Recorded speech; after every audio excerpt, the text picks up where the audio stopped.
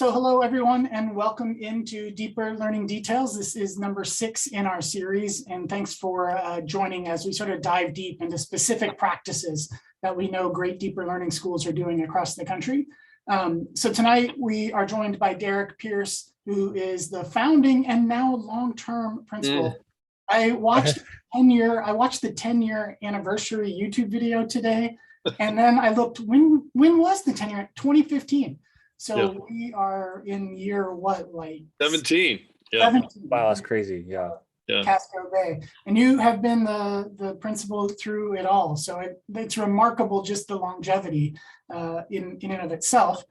But tonight we want to dive into some practices. So as a reminder to all, Jason, who will kick us off with the first question in a second, and I traveled around the country to get to see a bunch of these schools in action. And when we were there, we got to see a bunch of amazing things, but now we're sort of circling back on some specific things. So that is where we'll go with the interview tonight. All right, Jason, you want to ask a formality? And yeah, you bet.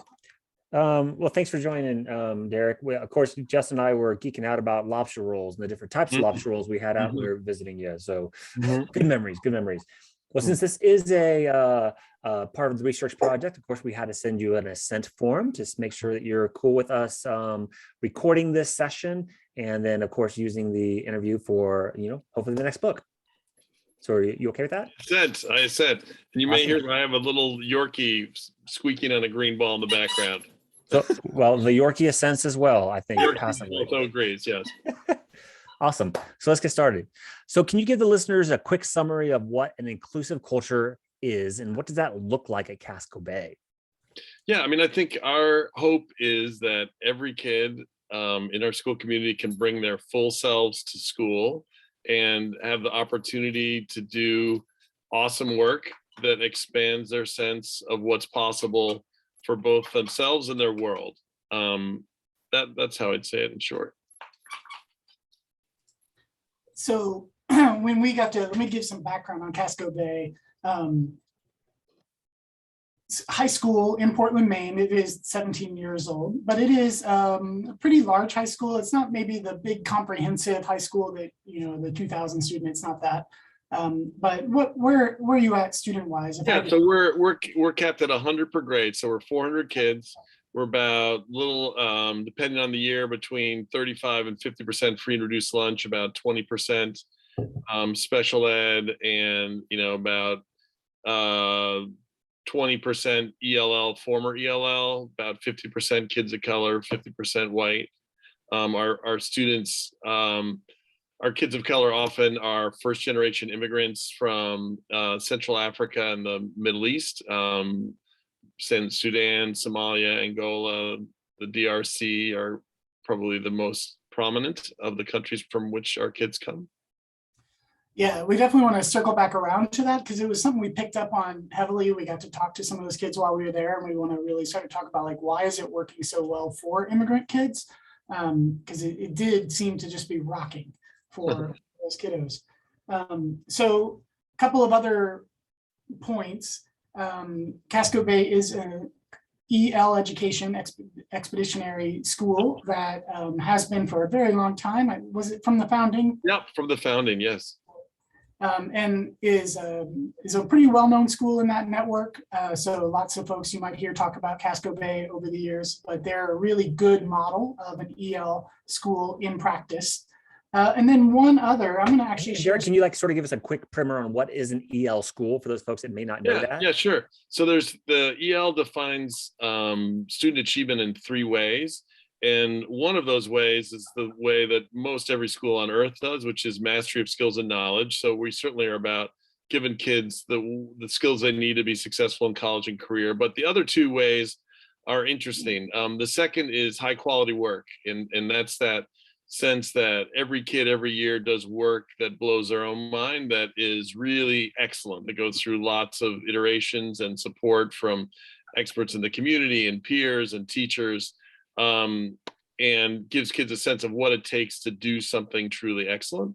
And the third is character, that we are unabashed about our hope that we create not just great scholars, but great human beings who will be change makers on our planet. So EL is kind of renowned for these learning expeditions, which are at the core of our curriculum, which are long-term interdisciplinary projects that often center on social justice issues, from economic inequality and racial justice, climate justice, and push kids to do research on an aspect of one of those big old issues and figure out not only what they need to do to get informed, but then how they'd like to to use that informed perspective to take action to make progress, what we might call their slice of the solution on whatever the big issue is they're tackling.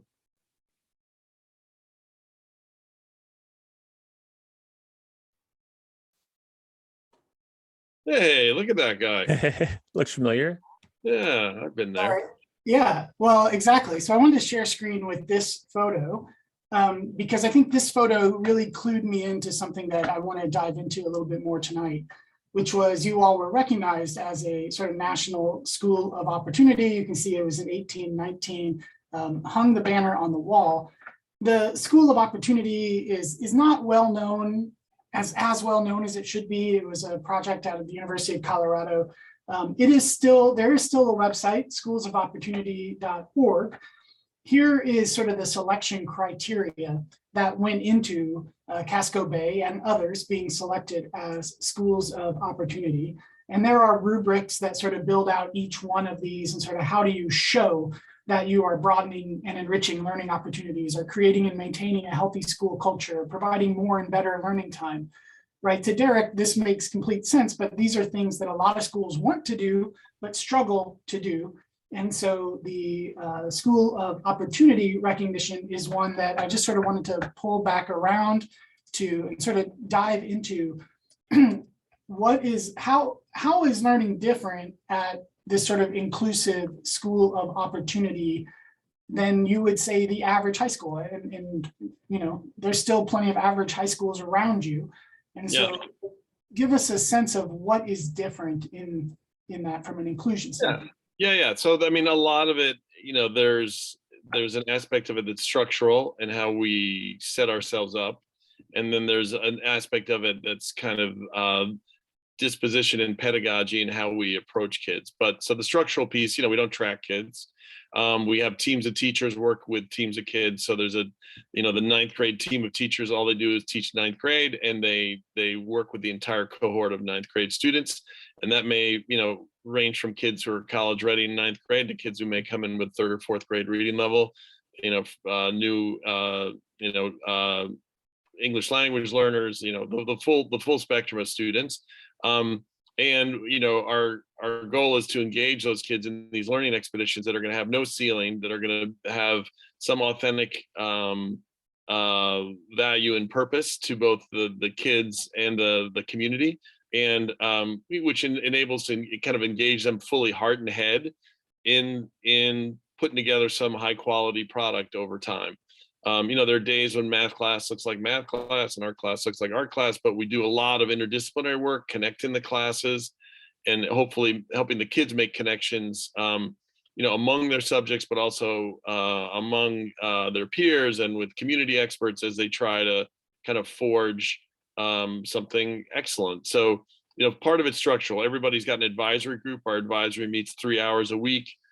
We have an academic support that's across the entire school, 3 hours a week, that allows us to differentiate and give some kids more support and some kids the chance to accelerate. We have we're standards-based grading, and we have various structures to support kids who need more time and those who might be eager to push ahead. So, there's a lot of that that's just structural. And then there's the kind of dispositional stuff. Thank you.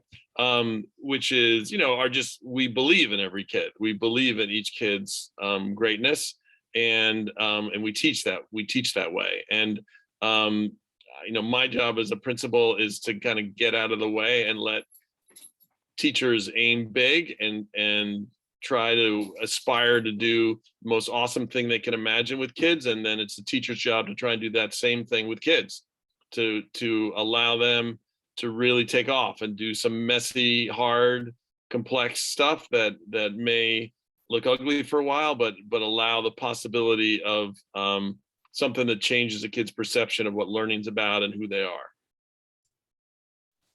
So spectacular. You, when we talked to you last time, you had quick and easy reference to lots of examples of kids that you could call to mind who would have probably struggled. There's a lot of immigrant kids in your school. There's just, there's kids that would have struggled, but they don't wind up struggling nearly as much, or maybe even they thrive at Casco Bay. Like, dive into that a little bit. Like, I think that if there is a kid, you don't have to use names, don't use names, but give us a bit of a story of like, how do these journeys change through the expeditions, through all those different structures? Yeah, I mean, so, we also go back to, in our core values, to, something that came out of the Gates movement when at first launch, of rigor, relevance, and relationships, and valuing all three of those things equally. Because I do think it first starts with kids feeling known and cared about and connected to others in the community. That's huge. And that really stems from our advisory program. And then, the rigor and the relevance is making sure that they're doing meaningful work. And the combination of being known well and cared about and having the opportunity to do something that really matters, I think is what is transformative for kids. So we just had, I'll give an example of last week we build to a place where seniors design their own learning expeditions. And we call it the senior expedition, and we define it as the intersection between a personal passion and a need in the world, which I just love. So it's not my phrasing, but it's some teachers' phrasing. And that's where everybody should live their life, at that intersection between a personal passion and need in the world. So we give seniors an opportunity to go after that in the senior expedition. And last week we had what we called the Changemakers Gala. And there were about 20 seniors presenting on this. Seniors culminate in all sorts of different ways. We have a senior, for instance, who is doing, her focus is on Muslim spaces and the need for more beautiful Muslim spaces. She's interested in both architecture as a career, and also she's a devout Muslim, and notes that in the United States, there just aren't many large, beautiful mosques, certainly not around where we live. They're often in, the basement of some warehouse or something, and they're kind of ad hoc spaces. So she's been obsessed with trying to promote the need for more beautiful spaces for worship. And she's got a grant and has been redesigning we have a small prayer space in our school, which has always been kind of a ramshackle, not really very exciting place. And she's redesigning it and to make it the reverential space that she thinks it should be. And it's awesome. So anyway, the Changemakers Gala, we had all sorts of kids presenting on everything from the need to, from the need to abolish the Electoral College, climate change's impact on the bear population, need to protect coral reefs, water rise issues in Portland, Maine, that could change housing costs. There were all sorts of ways that every kid could kind of go at it, whether it was through a website design. We have a kid who was promoting healthy exercise and had a video dance competition on ice. It's really up to the kids to pursue their particular passion and figure out how to get others as excited as they are. And so it was thrilling to see full range of our students, from our kind of highest achieving kids to kids who really struggle, or kids with IEPs, or first gen kids, getting a chance to kind of strut their stuff in a public way about something that they are expert in. So that was the most recent example. Yeah, no, great. And I mean, those are happening all the time. We were picking that up while we were on site there, which is this is a weekly occurrence going on. And those are the weekly occurrence of sort of high profile examples. There's a daily occurrence of lower profile examples going on that I think it really does speak to the transformative moments that I think kids get access to at Casco Bay, which there's a relationship between sort of deeper learning practices and equity of opportunity practices that I think gives kids those transformative moments. And so that one sounds like it was one of those transformative moments, but you would agree that is happening pretty frequently We try, but it does take, there's a lot of note catchers and rough drafts and peer revision sessions before you get to that place of sharing public excellent work. But there is a sense that it's the work that matters, not the grade. Kids aren't getting out of bed because they got an 83 and they want to get an 88. They're getting out of bed because their work's important and they want to get it right.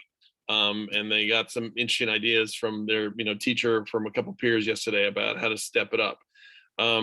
So I think that's hugely important, but I agree that there is, the nature of projects-based learning and deeper learning should be fully integrated and married with the idea that every kid needs access to it, and that every kid can do it if just given the time and differentiated support is needed. One of the things that we were really impressed about when we visited you was how deeply ingrained you were in the community. I mean, you told us stories about yarn bombing and fairy houses. We had to Google all that kind of stuff, but it was fascinating. And like even engaging parents. So how is what you're doing like a lot different or more supportive of parents and community and trying to be inclusive of that as well?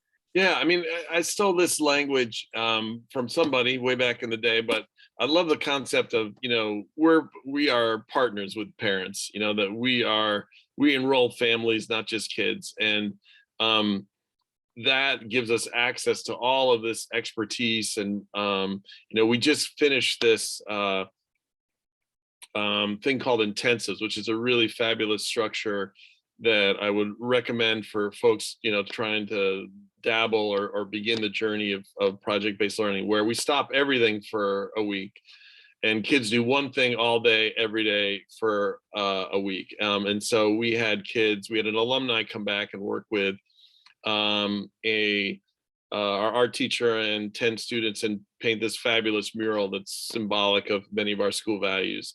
There was another artist who came in and they took all of this stuff out of landfill and created this sculpture out of recycled art that's this kind of environmental statement. We had a songwriting intensive. We had kids learning how to skate and ski for the first time. A lot of parent community, like every one of those what we call intensives involved community experts coming in. Oftentimes their parents or friend of parents who are coming to helping out, and it's an accessible thing. You don't have to I did a journalism intensive and we put together a newspaper in a week, and we had a parent come in who's a writer for national magazines, another who writes for local publications. I called the local paper and they let us sit in on their editorial meeting for the day and their kind of news meeting. And I think, half the battle is asking. And there's so many in our communities who are excited to help and give to kids for a couple hours. And we've all experienced as educators that kids are much more excited to learn from new voices in their community and people who have expertise beyond their teachers. We have a new project we're just launching now called the People of Portland Project. And we're looking to interview people, kind of unsung heroes in the community whose stories haven't been told and need to be amplified. And ultimately the juniors who interview them will create these three kind of theatrical pieces, kind of monologues, drawing verbatim from the folks' voices, but kind of dramatizing their stories as a way of paying tribute to the community and for kids to really deeply empathize with another person's perspective who, maybe has done some great stuff that's under-recognized. So we just see, our community as a real opportunity to go deeper and wider and to raise kids' engagement and to take advantage of all the natural teachers in our community and the expertise that our families may have that are beyond what our teachers could offer. I'm going to jump back Love in that. and share screen real fast again. Sorry. Natural teachers in our community. That's awesome. Well, so during these Deeper Learning Details series, I think, Derek, you've been raising a lot of things that I just want to point people to your website a little bit. Okay. One of the things that we feel is sort of common, I'll go full screen, is that, you all are great about sharing a bunch of the different things that are going on, from learning expeditions to portfolios to a sort of a college prep curriculum, which we can maybe talk more about later. So a lot of that winds up being public on your website, including like a typical freshman load, a typical sophomore load, the junior and senior year, more about that senior load and probably that senior experience. One of the things that you had mentioned a couple of times was around advisory, which I think to the rest of the country, advisory is the right word. But for you, like I actually really love the expeditionary word crew. Yeah. I love it. I love it so much that we actually are running a thing at the center that I run here at UK, and we built crews because it just brings together and sort of brings some teamwork nature in. So anyway, all of this is sort of available, like some pretty detailed information out public on the website. There's also been quite a few features. If you want to dive in, Expeditionary has featured you in other places. So we're covering a lot of ground, like the intensives. Like there's going to be folks in the room or folks watching this video later who are like, oh, stop everything for a week and do PBL all week. Yeah. Yes, it's a good idea. And we can't fully unpack it tonight, but go back, circle back around and go check out how that sort of PBL intensives work, because it's another really strong practice. There's just so many that I want to point folks sort of broadly to in all those directions before we jump back in to talk more inclusive work. But yeah, sure. I mean, it's education's open source to me, and I've benefited so much through the years from other people's awesome ideas, and we're happy and open to sharing. And and like these gentlemen, if you ever want to come visit the school, anybody who's watching or listening to this, you're always welcome to come by, and we'd love the dialogue with educators from around the country. Yep, and always we jumped in, and I mean, we met with you for a little bit, but you were like, just go get out, go talk to kids, go talk to teachers, see what's going on, right? And so I think the best way to learn a school is to get out into the school itself and really listen to kids. And that was some of the kids we got to speak with were those recent immigrants. And so I think that is maybe a way to sort of bring us a little bit back around, Jason. I know we have lots of prepped interview questions, and these things can go in many directions sometimes. But bringing it back around a little bit. So how did you wind up sort of getting good at inclusion? Was it something that was original in that it was like with the expeditionary build, or is this something that like you had to develop along the way? Well, I mean, it's definitely at the core of what interests me in education, and I think it's at the core of the belief systems of the folks that we hire. And we certainly are overt in our hiring practices about the kinds of educators we're looking for, that they need to be folks who have a deep commitment to DEI issues and are a deep belief and love in all kids, and a belief that school is about fundamentally creating the next generation's necessary change makers who are splendid humans and hard workers and aspiring scholars. So that starts with the people and the belief system. I think the EL education model I've felt is very consonant with my belief system, and that's certainly been useful. I think as a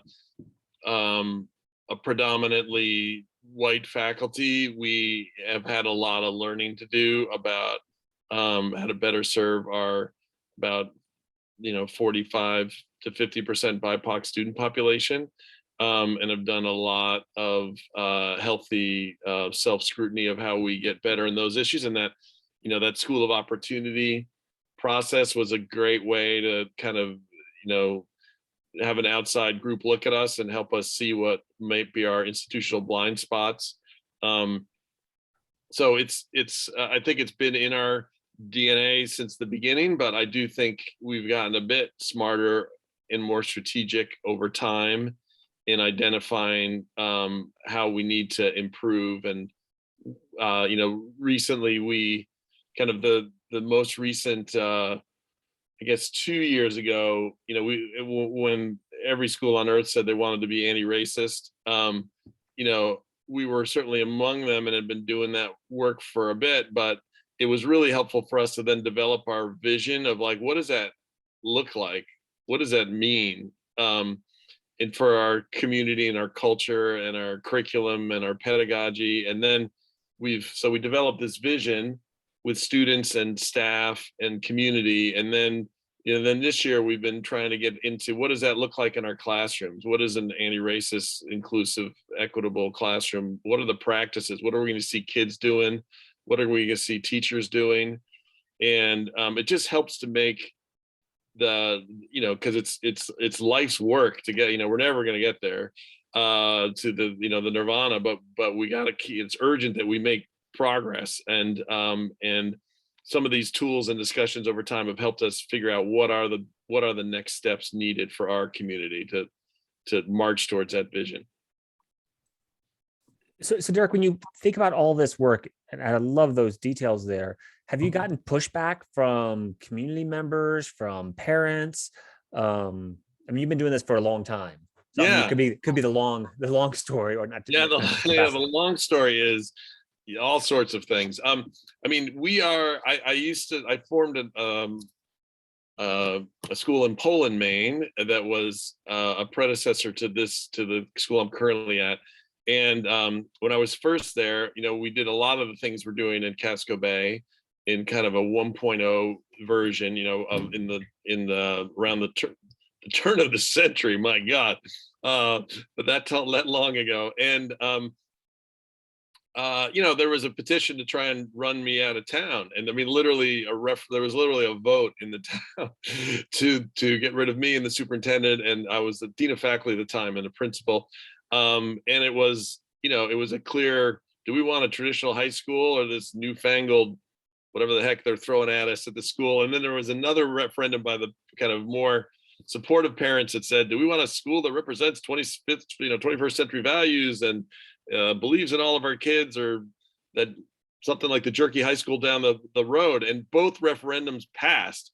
So they were both so biasly worded. And it was a real, I mean, what was interesting to me, what I learned from that first experience that I brought to being a leader at Casco Bay, was that I really needed to listen to the community more. In that first school, we were so internally focused on, and we were so confident that what we were doing made sense for kids, but we didn't take time to involve the community and engage the community. And they, at the time, were more interested in, what color was the school, the school colors, and where we're going to have a football team, and they could care, not so much about interdisciplinary learning and standards-based grading. And there was just a major misread there, and it was hard for a bunch of years. And so, in having the opportunity to start this second school, I realized that, building that community trust is hugely important. And I think what I've learned is that if you take care of the things that, the kind of external measures that folks care about are the kids getting into college? Is your dropout rate low? Are the kids not getting in trouble? So we took care of those kind of traditional measures, that we have a high graduation rate and a low dropout rate, and we got 98% of our graduates have been accepted to college. Then you get the freedom to do other stuff. Then people are like, well, it must be working, right? Or they're doing the fundamental. And the advantage of this kind of work is our kids are often out in the community, getting newspaper headlines. We do this thing every year, where we march to the post office to celebrate all of our kids applying to college. And it gets other high schools get in the paper for their wrestling team going undefeated. We get in the paper for all our kids are applying to college. And for presentations they're doing to school boards about changing policies to have transgender bathrooms or whatever those issues are. And that creates its own trust and good faith in the community, because they see the kids doing real cool work. But that's a relationship that needs to be constantly nurtured and paid attention to. And we've certainly, in Portland, you can choose to go to other high schools, right? There are 3 high schools. So that has made it, less likely that people who are skeptical of a project-based model or worried their kids are, need a kind of comprehensive, more traditional model, they can opt out. So I think that has made us less likely to face, a lot of internal criticism. But it still comes, for sure. But we let the kids work do the talking most of the time. So love that story. We wound up featuring that story a little bit, the Poland to Casco Bay story in the book.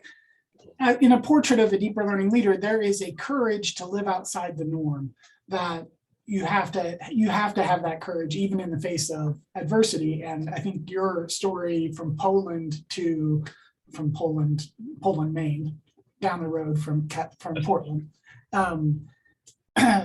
sort of exemplifies that courage that is needed. And I think it's coming across tonight, but I'm glad you shared it with this group and the group can hear it inside the West. I love that story. It is one of my faves for sure. So Susanna has been asking a couple questions in the chat, and while we've got some audience, and at the end we'll do some sort of audience Q&A, but when great questions come along through the meeting, we'll let them jump in. So Susanna, jump in. Thank you. Yeah, no, you're right about the bravery factor. This is a huge part of it, and it certainly is here. And one of the things that is coming up for me is the discomfort that everybody feels, and I am quite comfortable with uncomfortable. That's where I live and breathe, so I get it. But there are two key things. One is you started to address a little bit here of like how you handle it when things get messy, because in this kind of work and when you're talking about true inclusivity, there are always mistakes, right? Especially if you're, as you mentioned, that you've got primarily white folks teaching when we're dealing with not a primarily white or predominantly white population. And it's just kind of this question of like, how do you make sure that kids feel seen and that they feel represented? Because my earlier question too was about ensuring that any of the mentors or people in the community that you are engaging with or leaders that you're getting students in front of, are they able to see themselves in those leaders and in the teachers? And you started to touch on it a little bit. So it's kind of two parts, like where's the representation live and how do you ensure that? And then also what happens when it gets messy? What do you do about that? Okay, so I'll take the first one first. And I think it actually, Justin showed a little bit on the website. In terms of, there's representation in our curriculum, and then there's representation with the humans that our kids interact with. And in our, curriculum, we, developed to have like a social justice curriculum, and to not just identify the texts that we use and the voices represented by those texts, but also just to look at what are the social justice issues, what parts of the world are we talking about? And we publish that every year and kind of update it to try and hold ourselves accountable for what are we saying matters most for kids to spend their time on, and then have kids look at that. And we've had kids, there was one of the senior expeditions last year about, trying to have, more explicit queer voice within our curriculum, and literally went through each of our tradition or the repeat expeditions that we typically do and says, here would have been a place where you can implement this voice, and presented to all of our socialized faculty. We're furiously taking notes. So we try in our curriculum to be pretty transparent about here's what we aspire to, here's our vision, and are we living up to it, and you can see it. This is what we're trying to do. With community voices, I think we are getting better. We just our 9th grade first expedition is called We Are on Indigenous Land, and it centers around Wabanaki culture, which is indigenous folks in that incorporate Maine and many other places. And we've partnered pretty deeply with Wabanaki folk to help lead and shape that curriculum.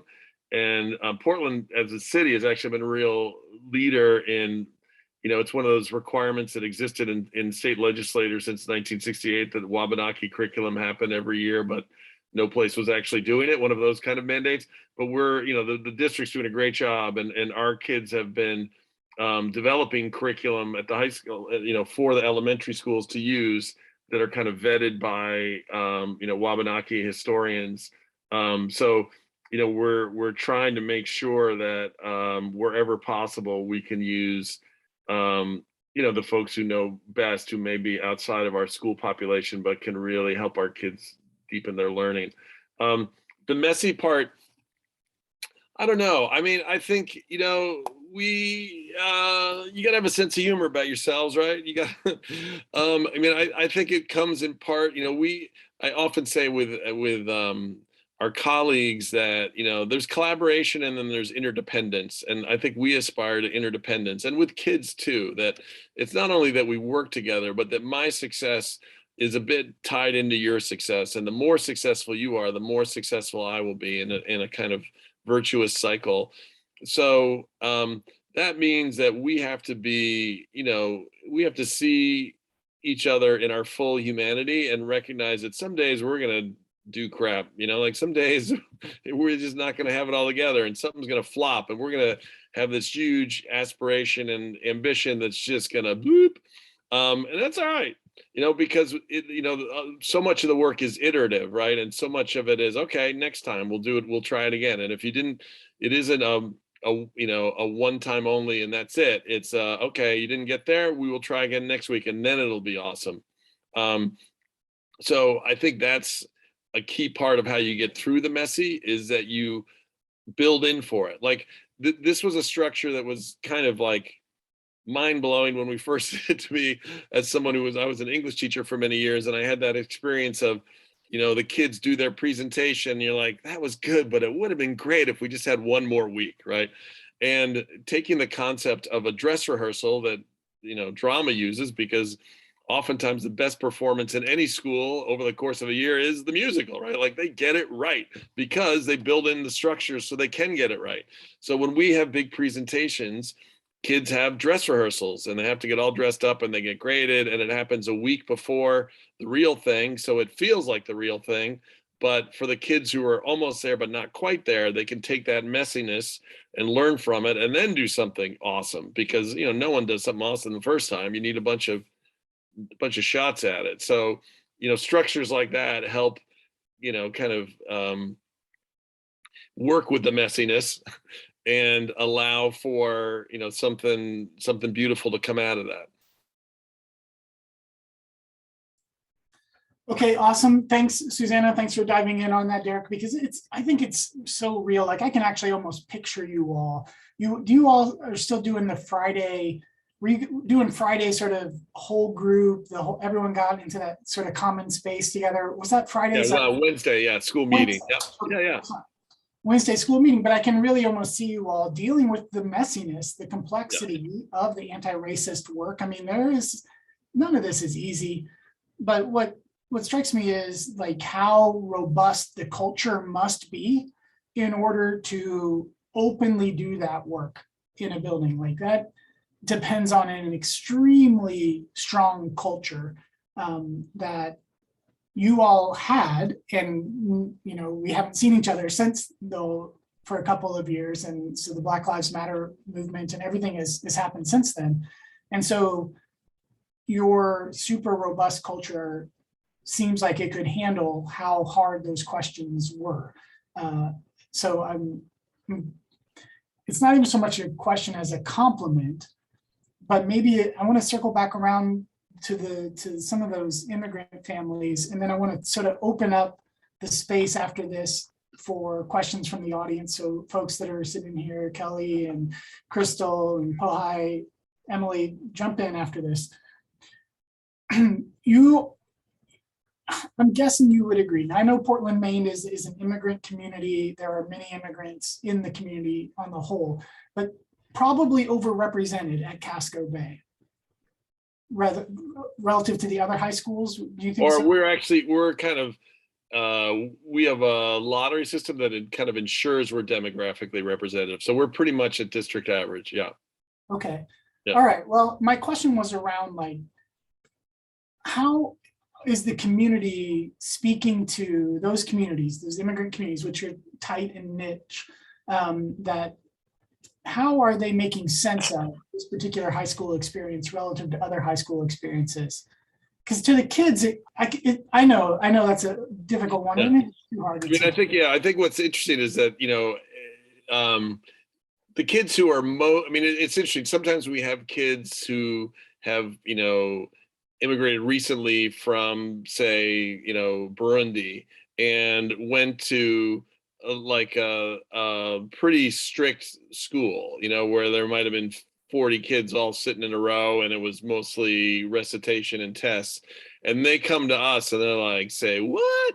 We get to, we get to, have different opinions than our teachers, and we have to do our individual research, and we have choice over what we learn. And oftentimes the kids who, and it's similar for kids who may have gone to a local high school in Maine, and then they come to us. So if you had a different, most kids think their high school's universe is the universe, and they don't know differently. But the kids who've been to other high schools who come to us are often the ones who are sometimes most appreciative and most kind of surprised, because, or when our kids go to college and they describe what their high school was like, and it's, we're not High School Musical, so it really blows some kids' minds.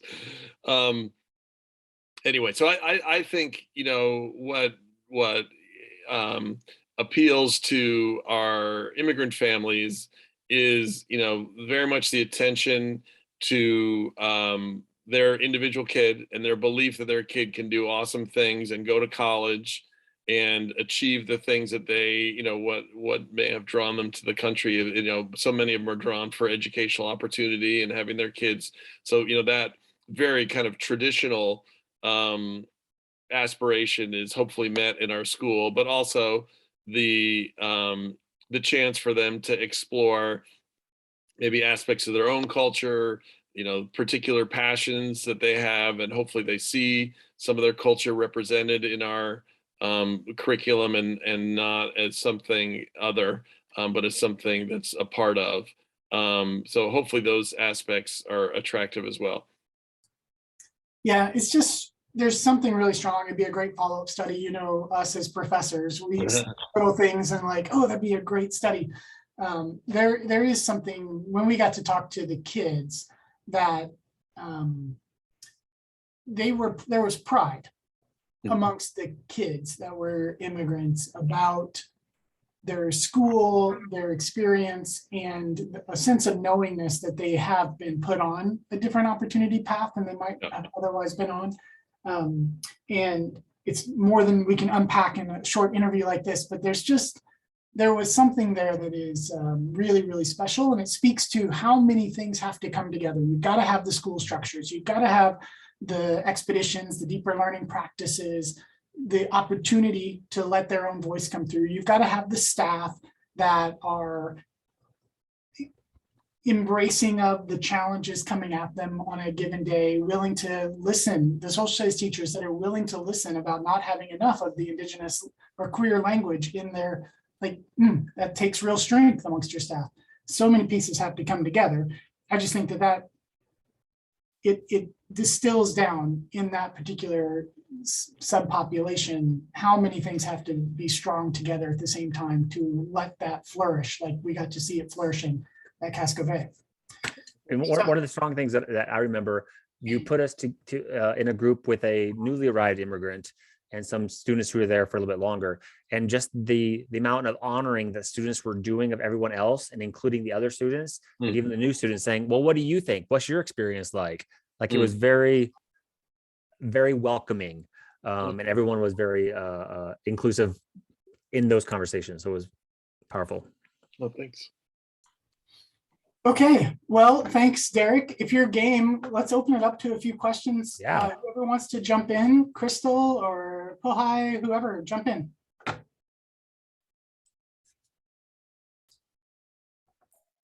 First of all, aloha. Hi. But I actually, my question got answered when Susanna went ahead and asked. But what I'd like to say in this moment in time is, Derek, you're an awesome leader. Oh, thank you. And I hope you are mentoring many Dereks. Mahalo. Thank you. Thank you so much. Thank you. That's super kind. And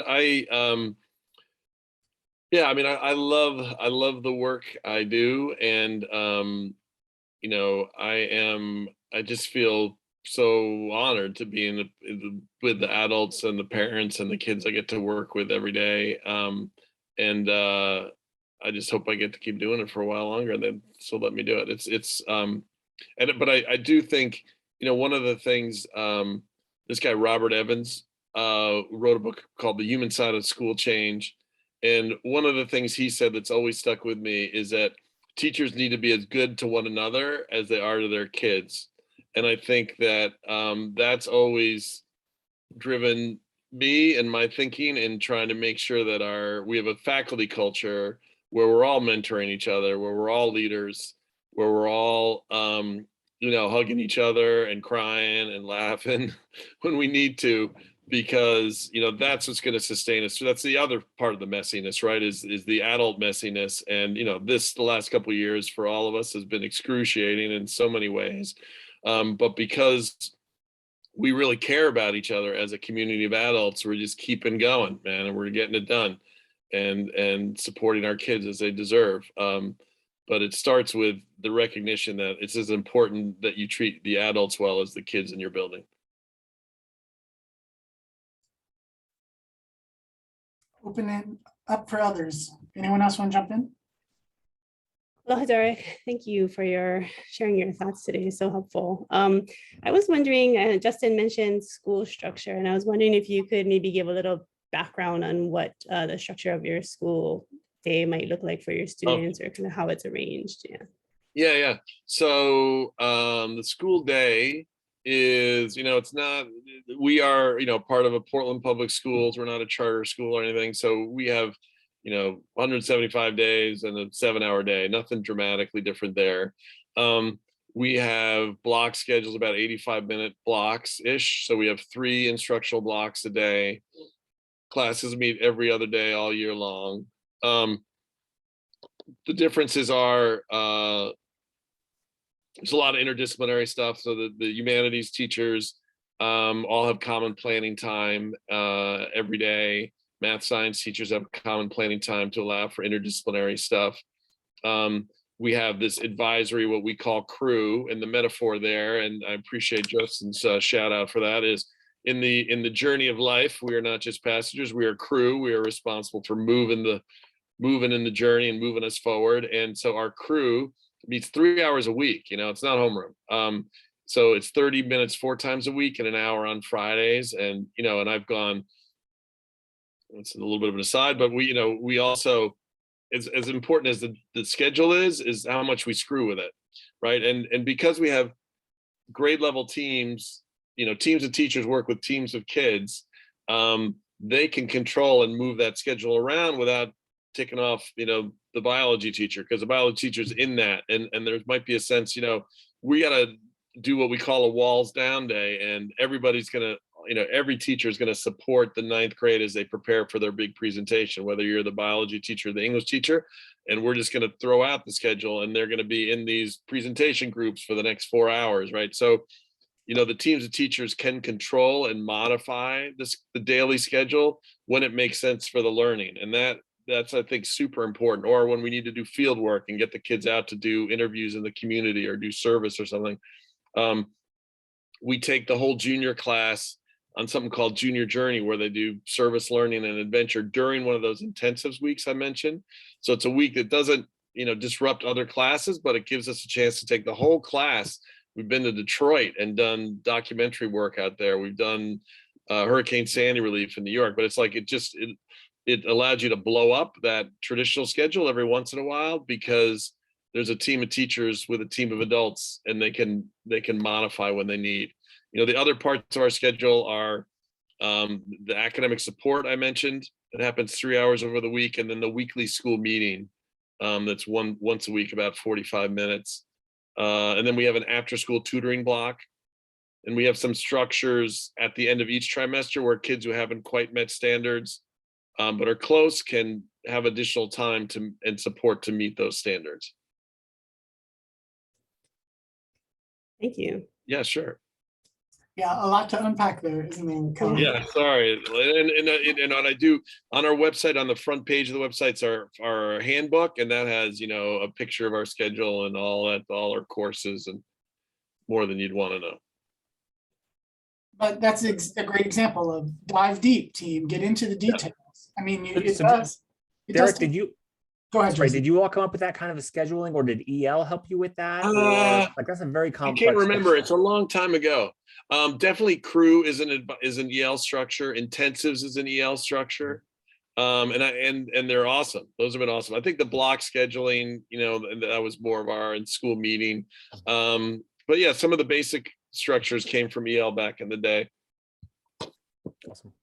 And I love intensives.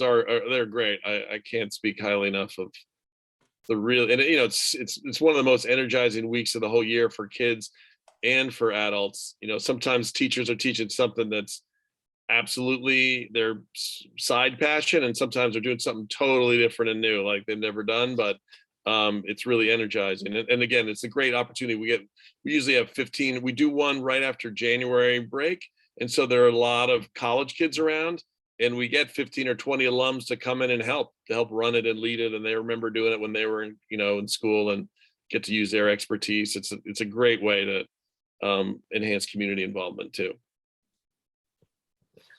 Love it. Awesome. Anyone last question from the room? Jump in, team. It's okay. I'll go for it. So Derek, this is Crystal Smith. I'm out west in Montana. Oh, cool. So thank you so much for your time today. And I know that the last question kind of led into it, but I was wondering if you have any strategies or techniques that you use. You mentioned quite a bit about how your staff reflects upon the curriculum, their students' feelings, their ability to build relationships, how students are progressing, and and their openness and their willingness to allow experts or teachers in the community to come in and be a part of what's happening in your school. So I'm just curious if you have any strategies that you'd be willing to share us. How did you create that culture and that self-actualization of, I'm not the only, as a teacher, I'm not the only expert for these students, that there's a vast majority of resources and other folks that can assist me in helping my students learn. That's interesting. Or did it just come natural? You just Well, I mean, I think it's, I think culture is, so we've had a summer institute since we've opened, and it's now 3 days. It used to be a full week. And in that summer institute, I try to have it not right before school, but maybe a couple weeks before the start of school, because right before the start of school, everybody's like, oh my God, who's on my class list? And I got to be ready for Monday. But a time in the summer where kids or teachers have a little more headspace to think big and creatively and expansively, right? And we end that summer institute every year with teams of teachers presenting their work to their colleagues. So the 10th grade team presents, a new expedition they're planning to the rest of the school, and the 11th grade team does the same thing.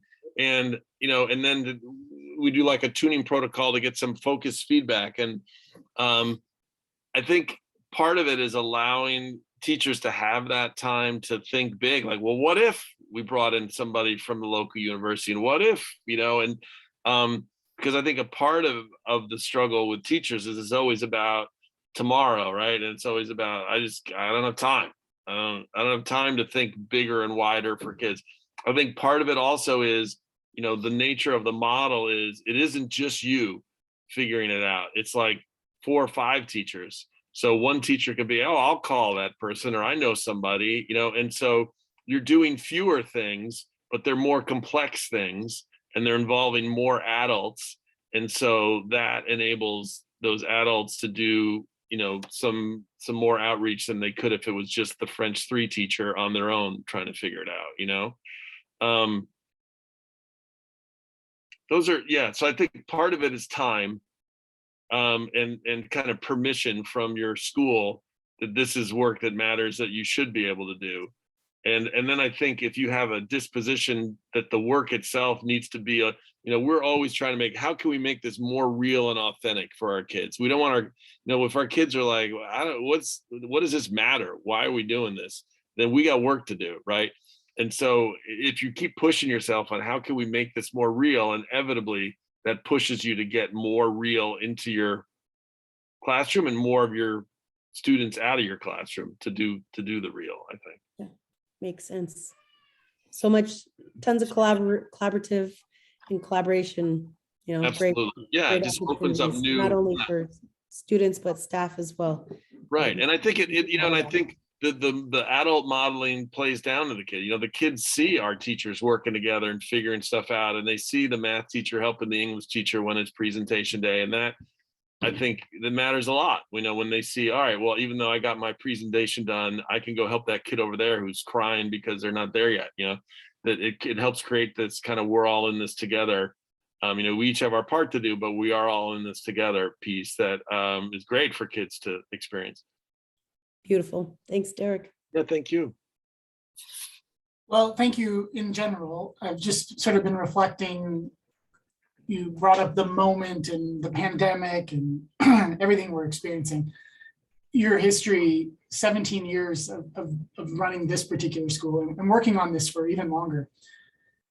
It feels, I don't know how it feels to you, but I wonder if it feels like the moment has finally met how good the school is, in that it feels like I'm sure there are points in the last 17 years when you were thinking, God, wouldn't it be cool if society could just understand why this school is so good? But at this point, are you getting, is Portland as a community, or Southern Maine, whatever you want to define it as, are they getting how good you are now? Because I feel like the pandemic and the Black Lives Matter movement, all of this, I think, sort of should be holding you up and saying, this is what can work through the hardest of times. That's really nice of you to say. I think it's interesting when we were designing, what we wanted to focus on this year, and figuring out, and recognizing that so many of our kids had never even experienced a full kind of normal year at Casco Bay, right? So many of our traditions and so much of our experiential stuff we couldn't do. We couldn't do overnights with kids, and and doing experiential stuff over Zoom is limiting. But our mission this year really was to kind of go back to what we know works, which is advisory, getting to know kids deeply and creating community so everybody feels valued, and meaningful work, expedition. So it was a kind of go back to basics sense, because we know that is, as you use your word, the transformative, that's where the transformation happens in relationships and meaningful work. And it's easy to say, hard to do, but that's it has never felt more urgent, for sure, to do that kind of work. Well, we love being able to share this work with the What School Could Be community, and thanks for hanging out with us for an hour and talking the details of how you're bringing this great deeper learning plus highly inclusive community together. I think, that intersection is, I just love that intersection, and I want to spend almost every waking moment and understanding that intersection, because there's something so powerful when those two big pieces come together. And Sure. your school is as strong an example of that as anything we got to see as we toured the country. So that's why we wanted to jump back in and get a deep dive look tonight. Oh, well, it's a great honor to be here and chatting with y'all, and thank you guys for making time in your evenings or afternoons or where. Are you in Hawaii? Was that a legit? It is. We have two. Time of Or day? three. That's so exciting. Three of us. Yeah, Where I are you? What forgot. time? Yeah, because Kelly, you're in Maui, and Pohai's on the Big Island, and I'm on Oahu. So yeah, So cool. Is it Wednesday? Is it Saturday there? it's Monday, and it's the middle of the afternoon. We're good. Awesome. Okay, good. I'm not ruining your sleep patterns or anything. Well, so cool. It's the first time I've talked with educators from Hawaii. So super Really? cool. Thank you for making Well, the this won't time. be the last, Eric. You're in our circle now. Yeah. Thank Excellent. you so I'm much. honored. So yeah, so thanks for making the time, and I'd love to, be a part of, future conversations. There's plenty of work to do. about what For school sure. could be, right? So I love talking about this. So thank you so much for making the time. Yeah, appreciate it. Thank you, Derek. Thanks. This was awesome.